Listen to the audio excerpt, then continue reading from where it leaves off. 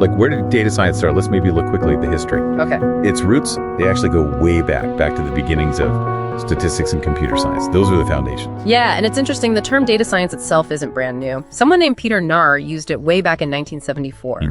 Yeah, basically as another name for computer science at the time. And then later, in 1997, Jeff Wu actually suggested we should just rename the whole field of statistics to data science. See, so the idea has been bubbling under for a while, but the formal recognition, that really kicked off around 2001. Right, with William S. Cleveland. Yeah, he essentially said, hold on, this is actually its own distinct field. He saw that with the growing amount and especially the complexity of data, we needed a more specialized set of skills, something that went beyond just traditional statistics or, basic programming. Looking at the bigger picture, Cleveland's argument was really a key moment. It acknowledged that getting meaningful knowledge from modern data required this specific synergy of skills that hadn't really been formally recognized together before. And then came the real game changer. Yeah. Big data. Early 21st century. Ah, yes. The big data explosion. Suddenly, we weren't just dealing with more data, but these massive, incredibly complex collections of information that weren't organized neatly at all. Oh. Unstructured stuff. Right. Text, social media feeds, sensor data. Exactly. And the traditional methods, they just couldn't handle it. Let's start early then. What about high school students? How should they prepare if they're interested in this? Yeah, building that strong academic foundation early on is just critical. The absolute core subjects are computer science, mathematics, and statistics. And it's not just about passing the classes. These subjects teach the fundamental logic, the analytical thinking that underpins everything in data science. Which specific math topics are most important, would you say? Linear algebra, calculus, and definitely probability and statistics. That's the theoretical bedrock. Understanding those helps you understand how the algorithms actually work later on. In computer science, getting some programming experience, especially with Python if possible, is a huge advantage. But honestly, even a solid foundation in programming principles using another language, like Java and AP Comp Sci, is great. Python syntax is relatively easy to pick up once you have those fundamentals. And high school is also a great time to start playing with data science concepts directly. Learning about collecting data, cleaning it up, analyzing it, visualizing it, maybe trying small projects, analyzing some public data sets. Just cultivating that critical thinking and data literacy early makes a big difference. Okay, what about university? Are degrees still the main path? And how necessary are advanced degrees like masters or PhDs? Formal education is definitely still a primary route, yeah. And your sources strongly suggest an increasing emphasis on advanced degrees, especially for those more specialized roles or leadership positions. For a general data science role, a bachelor's in something quantitative data science, CS, math, stats, engineering is often the entry point. Okay, but what if someone doesn't have that traditional academic background? Or maybe they're looking to switch careers entirely. Are there other solid options to get the needed skills? Oh, absolutely. This is where things like industry certifications and all the online learning platforms become incredibly valuable. They offer structured, flexible, and often very accessible routes to getting specific job-ready skills. This is particularly good news for career changers or people needing to upskill effectively. Tell me more about certifications. How much do they actually help? They can help a lot. Industry certifications act as a clear signal to employers that you possess specific, validated skills and knowledge they're looking for. Earning a respected certification, say from AWS or Google Cloud or Microsoft Azure, can really boost your marketability because it proves hands-on competence with their platforms. For machine learning engineers, cloud provider certs focused on ML are strong options, though some require prior experience. Certs from companies like Databricks also validate skills in specific ML tools and workflows. For data engineers, again, cloud platform certifications are really popular. Microsoft Azure, Google Cloud, AWS all have them. Your sources also mention some beginner-friendly options, like a metadatabase engineer certificate or programs like IBM's data engineering certificate that are specifically designed for career changers, sometimes with no prior experience needed. You know, we're just swimming in information these days, right? Absolutely overwhelming sometimes. Yeah, and it's so easy to feel like you know something just because you've heard the name or seen the headline. That difference between knowing the name of something and really knowing it, it's huge. Precisely. So our mission today is to explore a way past that surface level. We're looking at a framework, really, a set of learning strategies designed for, well, genuine understanding. And the kind of understanding that sticks, that you can actually use. Right, and maybe even spark some new ideas. We'll be unpacking three pretty powerful cognitive tools: the Richard Feynman technique, elaborative interrogation, and first principles thinking. A potent combination. Definitely. So let's dive in with Feynman first. We've probably all heard about it, explaining things simply, but what's really going on there? Well, the core idea is that if you can't explain something simply, you don't truly understand it. Think explaining it to a kid, or the famous rubber duck. Okay, but why is that the measure? Because forcing yourself to simplify makes you actively retrieve the information. You have to organize it coherently. No. And critically, it shines a bright light on what are called illusions of knowledge. Illusions of knowledge. Yeah, those bits where you feel confident, but when you actually try to articulate it simply, you stumble. Wow. That's struggle, that's goal. It shows you exactly where the gap in your understanding is. It's like a diagnostic. Right, it flags the problem area immediately. So, okay, Feynman shows you the gap. What then? How do you fill that gap properly? That's the perfect entry point for elaborative interrogation. It's the tool you use once Feynman has done its job. How does it work? It's basically about persistently asking how and why. Why is this fact true? How does this process work? Okay. It forces you to connect the new information to what you already know. You're not just memorizing an isolated fact, you're weaving it into your existing mental framework. So it's about building context. Exactly. Like with statistics, maybe. Don't just learn that a small p-value is significant. Ask, why does that indicate significance? How does it relate to the underlying probability? I see. That creates a much richer, more connected picture. Definitely. Deeper roots for the knowledge. Okay, so Feynman finds the gaps. Elaborative interrogation digs deeper with how and why. Where does first principles thinking fit in? Think of first principles as maybe the ultimate lens. It's about stripping everything back. Stripping back how? Breaking a complex problem or idea down to its most fundamental, irreducible truths. Its core components. You question everything you think you know about it. So it's the opposite of just copying what others do or reasoning by analogy. Precisely. Analogy relies on existing solutions. First principles asks, what are the absolute foundational facts here? Like the Elon Musk example with batteries, right? Perfect example. He didn't just look at existing battery costs. He asked, what are batteries made of? Okay. Nickel, carbon, polymers, whatever. What's the market price for those raw materials? Right. The absolute base cost. Yeah. And then can we put them together much more cheaply if we start from scratch? Ignoring how it's always been done. It's about rebuilding from the ground up based only on fundamental truths. That's powerful. It lets you see past the assumptions baked into current methods. Totally. And you see how these three techniques then work together beautifully. Yeah, I'm starting to see the cycle. Feynman is your diagnostic. It finds the fuzzy spots. Okay. Elaborative interrogation is your deep drill asking the how and why to really understand those spots. And first principles is your foundation check, making sure you're building on solid ground, on fundamental truths, not just inherited ideas. It's like a complete toolkit for understanding, and it feels like this isn't just for, say, physics or engineering. Not at all. That's the beauty of it. It's universally adaptable. How so? Give me an example outside of science. Okay, think about history. You could use Feynman to explain, say, the causes of World War I simply. Use elaborative interrogation to ask why nationalism was such a powerful force then, or how the alliance system contributed. Right. And first principles. Maybe you break down nation or sovereignty to their fundamental concepts to understand the conflict's roots. So humanities, social sciences, even art. Absolutely. Explaining an artistic technique simply.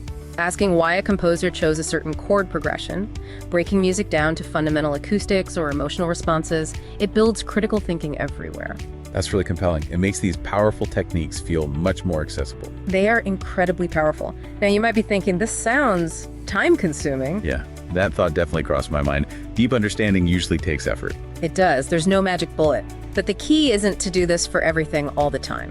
So be strategic. Exactly. Apply it to the core concepts, the really tricky stuff in whatever you're learning. Break big topics down, and maybe most importantly, be honest with yourself. Honest how? When you hit that wall trying to explain simply, or when you can't answer why, don't gloss over it. That's not failure. That's the process working.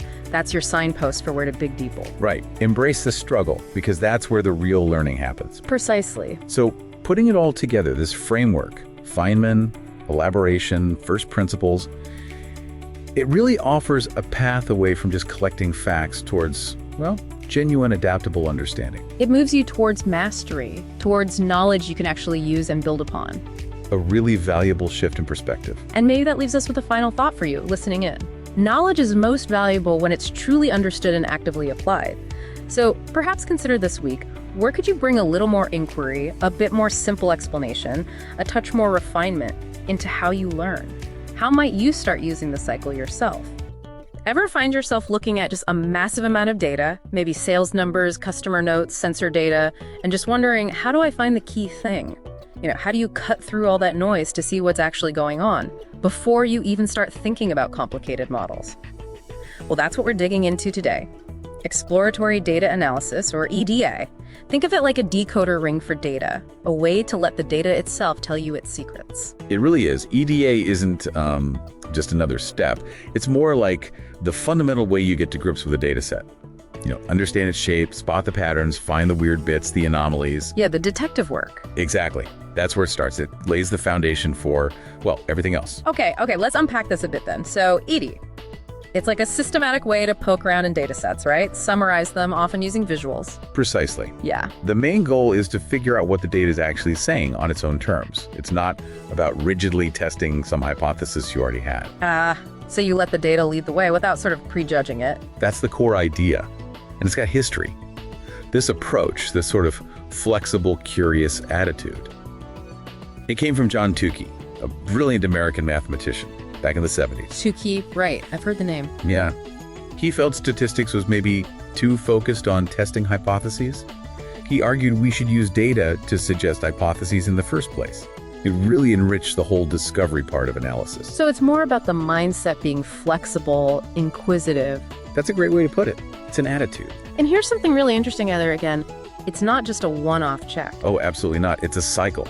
You analyze, you visualize, maybe you transform the data a bit, then you analyze again to see what else pops out. Like you might be looking at sales data, just exploring, and suddenly you see these clear seasonal spikes you never noticed before. Exactly. And that one insight could send you down a totally new investigation, maybe about why those spikes happen. Deeper insight. Right. It's like peeling an onion. And if you connect that to the, let's say, the practical side, EDA is basically your first line of defense.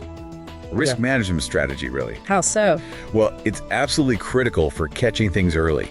Glaring errors, missing information, duplicates, those weird outliers that don't fit. The stuff that can really mess things up later if you don't catch it. Precisely. Without that cleanup, any models you build later might be biased, they might not work well, or worse, they could lead you to completely wrong conclusions. The classic garbage in, garbage out problem. You got it. EDA stops that and makes sure your foundation is solid, like checking the ground before you build a house. Makes sense. So when people actually do EDA, I keep hearing Python is the go-to tool. Why is that? What makes it the main engine here? Yeah, Python's huge in this space. Yeah. Its ease of use is a big part, but it's also the ecosystem. Libraries like pandas are fantastic for data handling. Like getting a quick summary. Exactly. Things like df.info to see data types and missing values, or df.describe for basic stats, instant snapshots. And then for the visual side, you've got Seaborn and Matplotlib. You can create a heat map to quickly see correlations, or a pair plot to visualize relationships between many variables at once. It's just very powerful and flexible. So the tools make that investigative process much faster and easier. Definitely. But beyond the tools, the real magic is how useful EDA is everywhere. I mean, across so many different industries. Any cool examples spring to mind? Oh, sure. Think about Walmart. They use ED constantly. Analyzing customer buying habits helps them stock shelves better, obviously. But they also use it for things like predicting delivery times more accurately, or even figuring out the best box size to use for shipping to cut down waste, all from exploring their data. Wow, okay. That's pretty sophisticated stuff from just exploring data. It is. Or there was a case with a fruit supplier. They kept getting complaints about overripe fruit. So they used EDA. They plotted complaint data against things like delivery routes, storage times, temperatures. And they found a pattern. They did. They pinpointed when and where the fruit was most likely to become overripe. This led them to change their picking, packing, and storage methods. And the result? A massive 64% drop in complaints. 64%, just from looking at the data they already had? Just from exploring it properly, it shows how powerful simply looking can be. It really does. So it sounds like being good at EDA isn't just a bonus for data scientists, it's table stakes, right? Foundational. Absolutely fundamental. It directly impacts your ability to make good data-driven decisions and really unlock what's inside any data set. So wrapping this up then, what's the big takeaway for you listening? EDA basically takes that raw, maybe messy data and turns it into something you truly understand, a resource. And that understanding lets you build better models, find smarter solutions, all because you listen to the data first. Which leads to maybe a final thought to chew on. Think about the data you encounter. What patterns, what stories might be hiding there, just waiting for someone curious enough to look. That ability, Tukey talked about understanding data before jumping to conclusions. It's just as crucial now as it was back then, maybe even more so.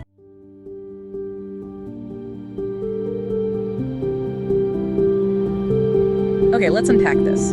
You hear the word algorithms just about everywhere, right? Shaping everything from what you see online to how packages find your doorstep. But they often feel really abstract, maybe like a black box.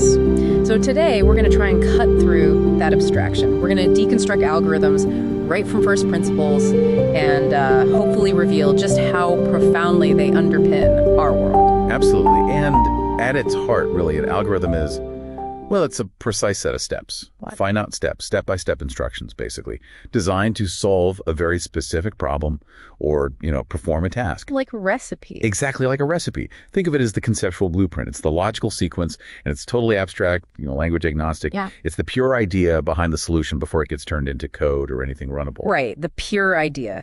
And this blueprint thinking, it's not just for computers, is it? This precise sequential problem solving. It seems pretty fundamental to how we think, too. Oh, completely. It has defining characteristics, right? Each step has to be unambiguous. Right. It needs to finish. That's the finiteness. It takes something in, an input, does something, and gives something back, an output. And it needs to be general enough to work on different inputs, not just one specific case. Yeah. And effective, like actually doable. Precisely. Think about tying your shoes. That sequence of steps, that's an algorithm. Or a navigation app, finding the best route. Algorithmic thinking is really a core human skill. Okay, so here's where it gets really interesting for me. The relationship between that abstract algorithm, the idea, and an actual computer program. People often use those terms interchangeably. They do, and it's a key distinction. The algorithm, again, is that abstract blueprint. The formula, totally language agnostic. A program, that's the concrete implementation. It's taking that algorithm and writing it in, say, Python or Java or C++ on. Okay, so like the architect's drawing versus the actual house built from it. Exactly that. The drawing has the logic, the structure. The house is the physical thing built using that logic. The program is where the algorithm lives and runs. Got it. So how does that logic, that blueprint, actually tell the computer what to do? How does it direct the code? Well, pretty much every algorithm, no matter how simple or complex, follows this universal pattern. Input, process, output, IPO.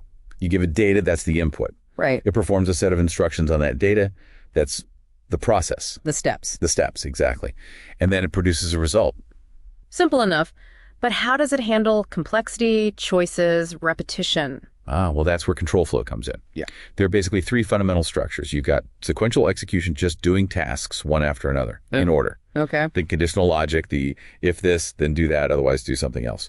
That lets it make decisions. Makes sense. And finally, iterative structures, loops.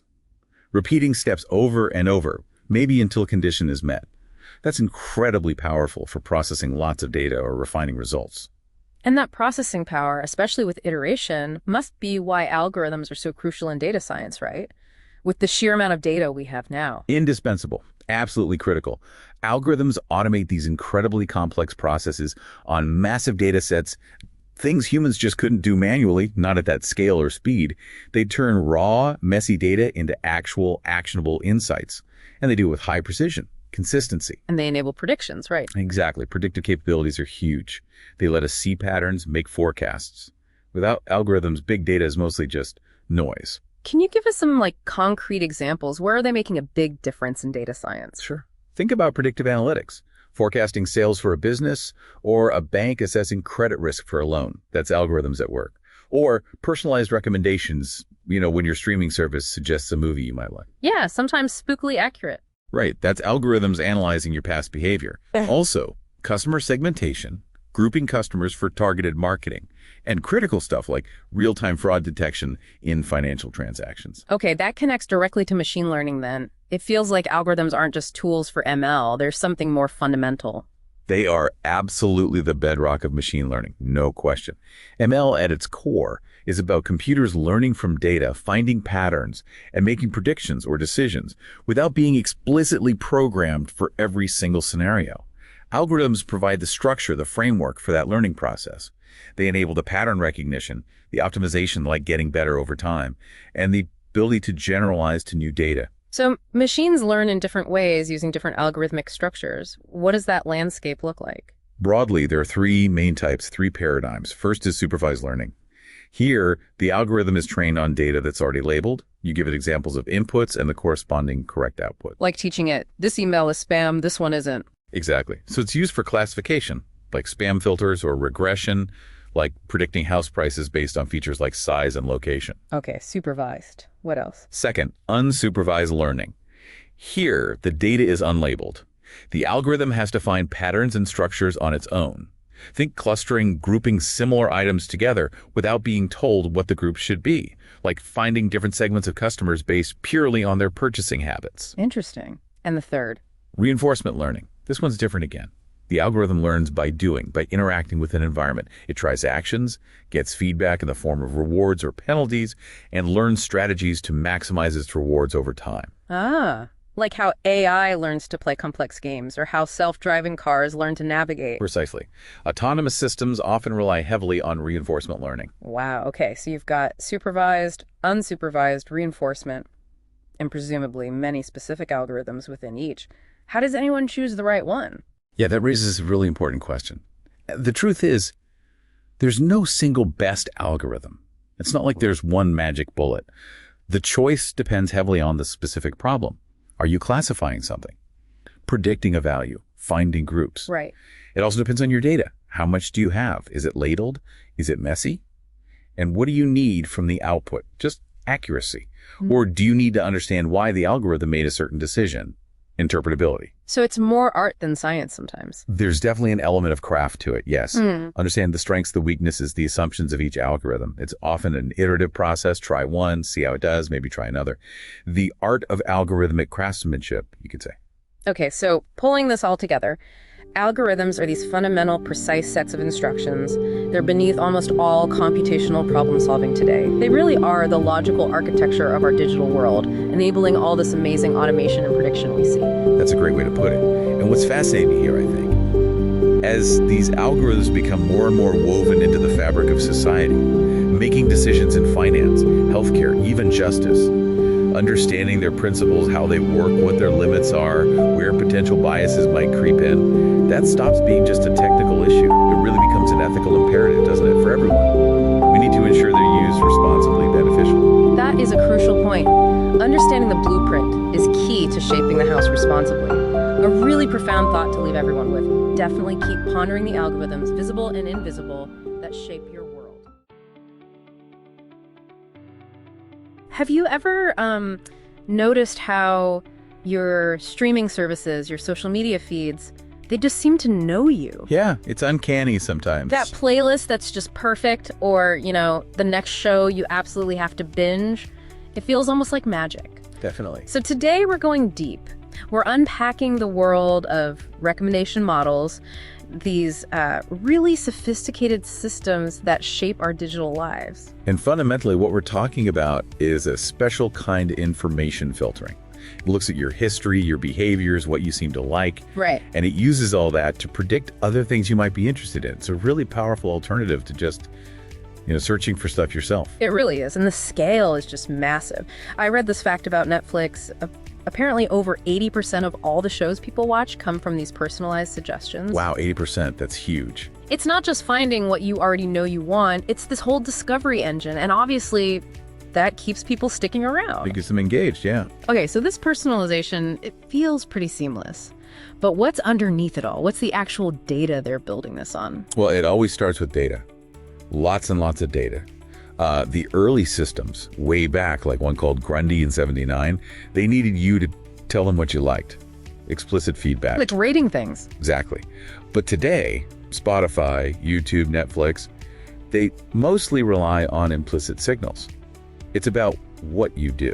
Like what specifically? Well, your play counts, obviously. If you skip something really fast, especially like before 30 seconds, that's a signal. Huh. How long you watch or listen, what you click on, what you share. I mean, even where your mouse moves on the screen sometimes. No way, really. Mouse movements. It can be part of the mix. It makes it easier for you, the user, because you don't have to constantly rate things. But it does mean they're inferring your tastes, not asking directly. That's fascinating. Okay, so they have all this implicit data, clicks, skips, watch time. How do they turn that into, hey, you should watch this next? What's the logic? So there are sort of two main strategies, big picture-wise. The first is called content-based filtering. Okay. This one suggests things that are similar in content to what you've already liked. You listen to a lot of pop music, it gives you more pop music. Makes sense. And it's pretty good for new users, right? Yeah. Because it doesn't need info about what other people are doing, but it can create a bit of a bubble. Over-specialization, they call it. Right, like an echo chamber. You only see more of the same stuff and maybe miss out on discovering something totally different. Precisely. And that leads us to the second main approach, collaborative filtering. This one looks at other users. How so? It finds people who seem similar to you, they've liked and disliked similar things. Then, if those similar people like something that you haven't seen yet, it recommends it to you. Ah, so that's where the unexpected, maybe serendipitous recommendations come from. Exactly. That's the strength. But it has its own challenge, the cold start problem. If you're a brand new user or there's a brand new movie with no interactions yet, The system doesn't know who's similar or what to suggest. right, it needs that interaction data to work well. So this is where it gets really interesting, I think. Because most big platforms, Netflix included, they don't just choose one or the other. They use hybrid models. Yes, exactly. They combine both strategies, content-based and collaborative, to kind of get the best of both worlds and cancel out the weaknesses. Clever. They can handle that cold start issue better, and they can help avoid boxing you into just one genre. A really key technique behind this is something called embeddings. Embeddings. Yeah, think of it like create a giant map in many dimensions. Every item, every song, movie, article, and even you, the user, gets placed as a point on this map. Okay. And the key is that distance on this map represents similarity. Things that are conceptually close are placed near each other. This lets the system blend all these different signals, your tastes, other people's tastes, items characteristics really effectively. That makes sense. It's like a similarity map. Let's make this concrete.